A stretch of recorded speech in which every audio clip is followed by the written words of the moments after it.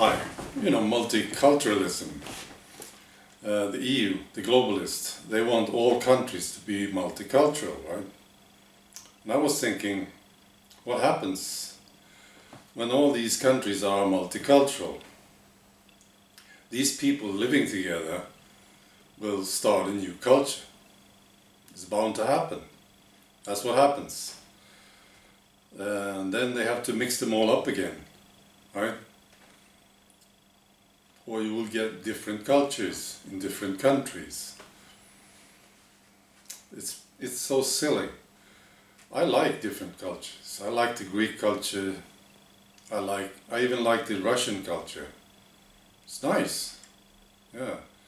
And if I want to see it or experience it, I talk to Russians, or I talk to the Greek people, or I go visit, right? No problem. Why do you have to mix them up?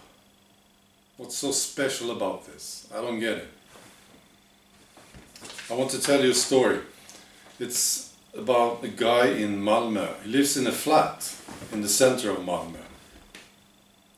And he was awakened in the middle of the night by 4 burglars. He could hear them, right? You could see one of them outside his own front door as this burglar was moving this guy's 6-year-old daughter's bicycles.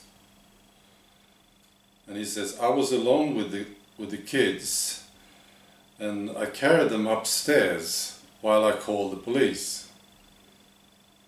The burglars were smashing windows in the next floor. He could hear this. And then he was looking for something to defend himself with. Some sort of weapon, right? Because he was expecting them to come in through the front door or through a window. Then the burglars took off. And he could clearly see them from his window. Half an hour later, this young policeman came, asking him what he saw.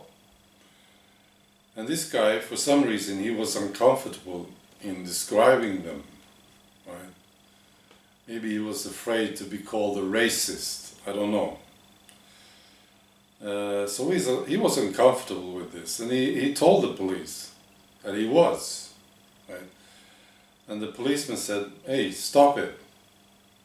You're doing nothing wrong. Just tell me what you saw. We see this all the time, the policeman said. And then a bit later, this guy who saw the burglars asked this policeman how best to protect his family against this situation in the future. And the policeman sighed and looked tired.